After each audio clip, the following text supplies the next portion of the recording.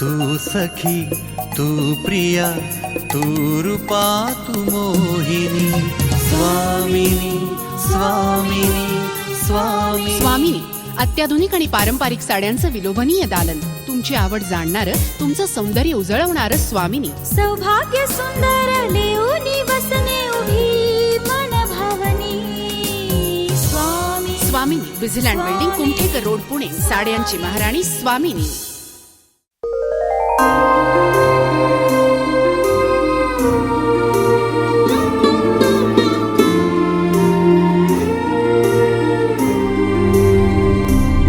आनंदाश्रूंची साक्षीदार स्वामिनी, साड्यांची महाराणी स्वामिनी.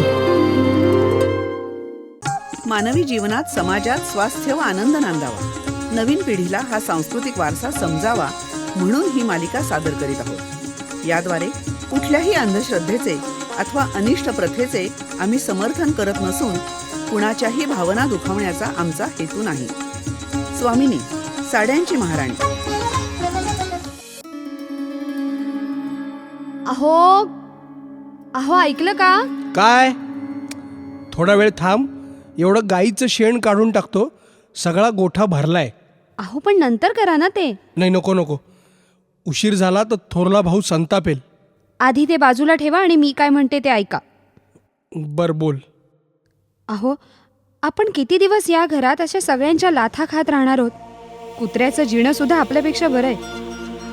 असं का म्हणतेस? खरं तेच बोलते. दिवसभर गुरांसारखं राब राब राबायचं आणि खायला सगळ्यांचं झाल्यावर शिळं पाकं, उष्ट खरकट. अगं अगं थोरले 7 जण व्यवसाय करतायत, मी बेकार. पण तुम्ही काय फुकट खातात का? 4 गड्यांची कामं फुकटात करून घेत आहेत तुमच्याकडून.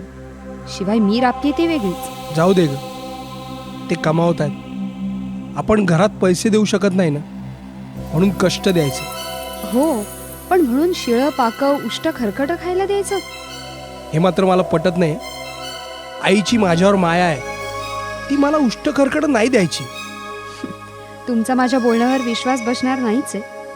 थांबा, मी प्रत्यक्ष पुरावाच दाखवते. आज सणाचा दिवस आहे. तुमची आई तुमच्या थोरल्या भावांना गोडाधोडाचं करून स्वतःच्या हाताने खायला घालते. चला चला माझ्या मागे. इथे आडोशाला लपून ते स्वयंपाकघरातलं दृश्य पहा. अरे अरे खा रे मुलांनो, पोटभर खा. आई आई हे बघ आई, अगं पोटाच्या वर तर खाऊ शकत नाही ना. अरे पण ताटात उष्ट अन्न टाकणं बरोबर नाही वाटत ग. पडलं तर पडू दे रे उष्ट.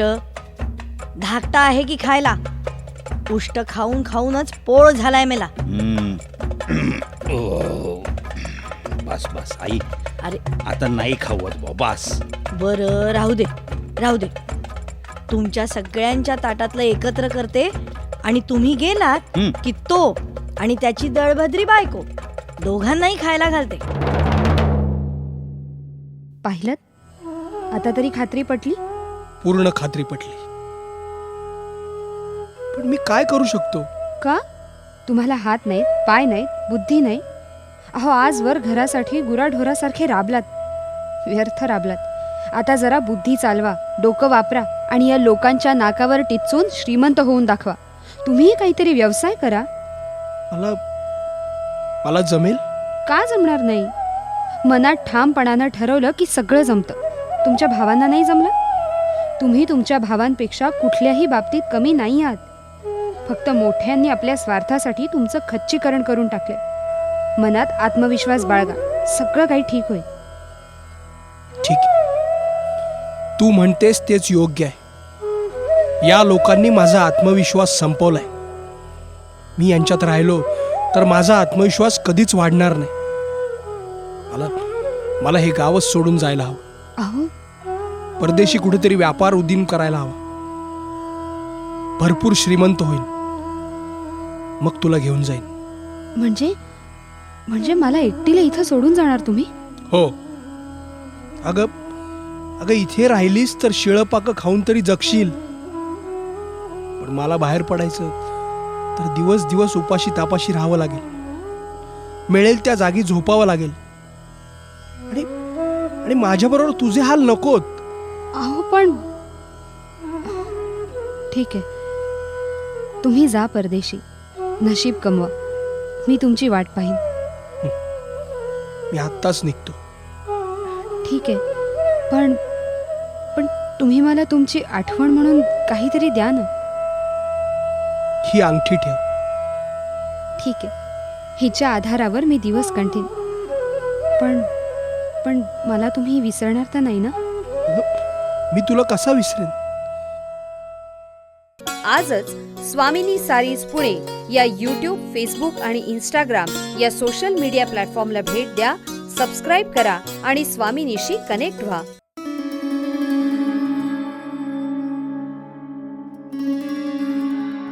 अशा प्रकारे पत्नीचा निरोप घेऊन धाकट्या भावानं घर सोडलं, गाव सोडलं. परदेशी जाऊन प्रथम त्यानं एका शेटजीकडे नोकरी केली. हां. अनुभव आणि पैसे जमा करून त्यांनी हळूहळू स्वतःचा व्यवसाय सुरू केला. आणि मग त्याची बायको? सासरी तिचे हाल चालूच होते. हां. रोज तिला रानात जाऊन लाकडं गोळा करून आणावी लागत. तेव्हा कुठे सासू शिव्या देत देत कोंड्याची भाकरी आणि नारळाच्या करवंटीत पाणी देत असे. अरे रे बिचारी. एक दिवस ती लाकडं तोडायला गेलेली असताना तिला काही स्त्रिया देवीची पूजा करताना आढळल्या. तुम्ही हे काय करतात? ही कोणत्या देवाची पूजा? आम्ही हे संतोषी मातेचं व्रत करतो. संतोषी मातेचं व्रत? काय होतं या व्रतानी? हे व्रत केल्यानं दुःख दारिद्र्य नाहीसं होतं, मनातली चिंता नष्ट होते, घर लक्ष्मीनं भरून जातं. नवरा परदेशी गेला असेल तर लवकर परत येतो. अगं बाई, खरंच? हो. शिवाय कुमारिकांना मनपसंत नवरा मिळतो. सरकार दरबारी आपल्याला न्याय मिळतो. रोगराई बरी होते. पैसा आणि आयुरारोग्य मिळतं. मनःशांती मिळते. आवडत्या माणसांच्या भेटी होतात. मनातल्या सर्व कामनांची पूर्ती होते. मग हे व्रत कसं करायचं हे सांगाल तुम्ही मला? हो तर ऐक. आपल्या ऐपतीप्रमाणे गूळ आणि हरभरे आणावे. दर शुक्रवारी संतोषी मातेची मनोभावे पूजा करून प्रार्थना करावी. त्या दिवशी उपवास करावा. संध्याकाळी संतोषी मातेच्या कहाणीचं वाचन करावं. ऐकणारा कोणी नसेल तर देवासमोर निरांजन लावून मोठ्यानं वाचन करावं.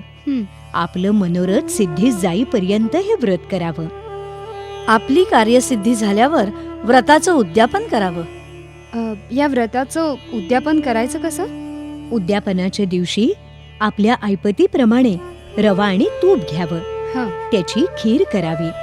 हरभऱ्याची उसळ करावी. आपल्या घरातल्या 8 मुलांना जेवायला घालावं. आणि कुणाच्या घरात 8 मुलं नसतील तर त्यांनी शेजारच्या, ओळखीतल्या किंवा ज्यांना जेवण खाण मिळत नाही अशा 8 मुलांना जेवायला बोलवलं तरी चालतं. पण त्या दिवशी त्या मुलांना आंबट चिंबट खाऊ देऊ नये. हो. आणि घरातल्या सुद्धा कुणीही आंबट खाऊ नये. अगं, त्या मुलांना यथाशक्ती दक्षिणा देऊन उद्यापनाची सांगता करावी. बरं, तुम्ही सांगितल्याप्रमाणे मी सुद्धा संतोषी मातेचं व्रत करते.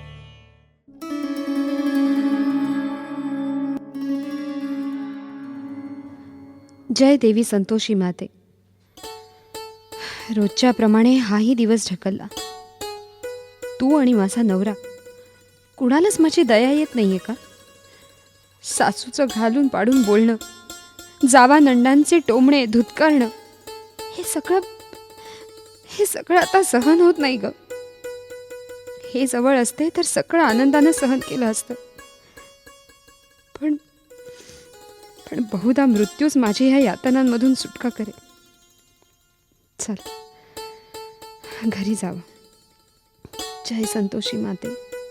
थांब मुली, ते बघ, तुझा पती येतो आहे. काय? माते माते, मग मी आत्ताच यांच्या स्वागताला जाते. थांब मुली, थांब. मी सांगते तसं कर. तू तुझ्या डोक्यावरच्या लाकडाच्या भाऱ्याचे 3 समान भाग कर. आणि पहिली मोळी डोक्यावर घेऊन आपल्या पतीसमोर जा. म्हणजे त्याला भूक लागल्याचं जाणवेल. तो तुझ्याकडून मोळी विकत घेईल. आणि मग बाकीच्या 2 मोळ्या? त्यांचं मी सांगते तसं कर. धाकटीनं अगदी देवीनं सांगितल्याप्रमाणे केलं.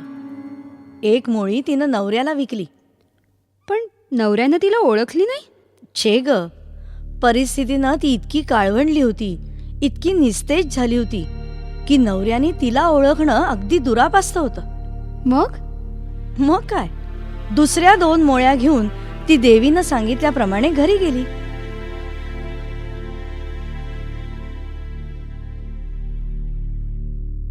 सासूबाई, सासूबाई, दिवसभर रानावनात काट्याकुट्यात फिरून लाकडं आणलीत.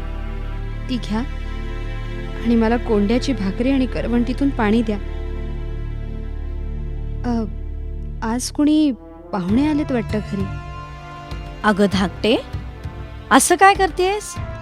हा तुझा नवरा बरं, आणि मी तुला कोंड्याची भाकरी बरी देईन. अरे छा, ही तर दुपारची मोळीवाली. ही माझी बायको. खुणेची ही अंगठी घ्या म्हणजे ओळखाल. अरे रे, तुझ्यावर मी खूप मोठा अन्याय केलाय, पण मी सुद्धा परिस्थितीमुळे हतबल होतो. असू दे, तुम्ही आलात, सारं भरून पावलं. मी नुसता आलेलो नाही, चांगला गब्बर श्रीमंत बनून आलोय. तर या लोकांच्या नाकावर टिच्चून आपण याच गावात वेगळे राहू. असू दे हो, कशीही असली तरीही आपलीच माणसं आहे. या पलीकडच्या खोलीत राहू आपण, आणि सर्वप्रथम संतोषी मातेच्या व्रताचं थाटामाटात उद्यापन करू. तिच्या कृपेनंच आज मला सारं मिळालं. मग तिनं संतोषी मातेच्या व्रताचं उद्यापन केलं. आपल्या नंदा जावांच्या मुलांना जेवायला बोलवलं. पण घरच्यांच्या सांगण्यावरून मुलांनी हिच्याकडून पैसे घेऊन आंबट चिंबट खाल्लं. मग काय, व्रतभंग झाल्यानं देवी कोपली. धाकट्या सुनेच्या नवऱ्याला राजाच्या माणसांनी धरून नेलं. ही घाबरून संतोषी मातेला शरण गेली. माते, माते, तू हे काय केलंस? आधी हसवलंस आणि मग रडवलंस. असं का माते? माझा असा काय अपराध झाला? मुली, माझा व्रतभंग झाला.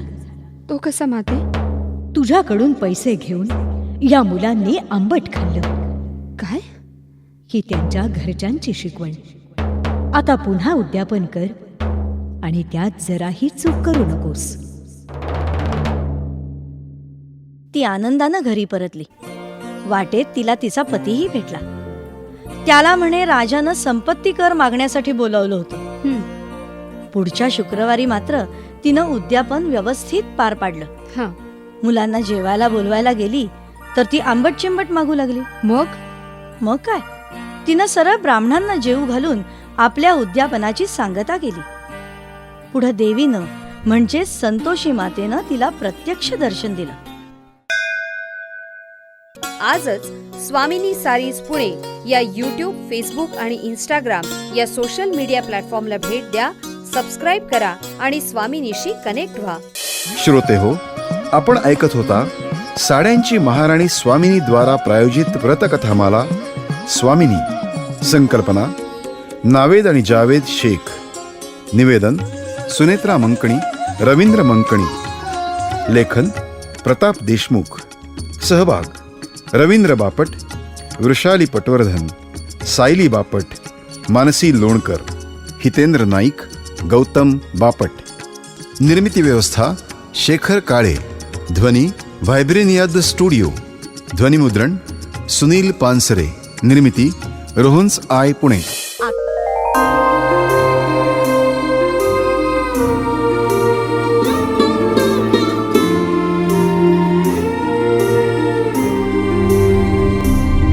आनंदाश्रूंची साक्षीदार स्वामिनी, साड्यांची महाराणी स्वामिनी.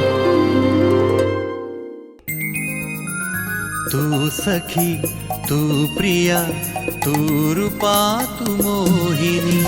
स्वामिनी, स्वामिनी, स्वामिनी. स्वामिनी अत्याधुनिक आणि पारंपरिक साड्यांचं विलोभनीय दालन, तुमची आवड जाणणारं, तुमचं सौंदर्य उजळवणारं स्वामिनी. सौभाग्य सुंदर लेऊनी वसने उभी मन भावनी स्वामी. स्वामिनी, विझिलँड बिल्डिंग, कुमठेकर रोड, पुणे. साड्यांची महाराणी स्वामिनी.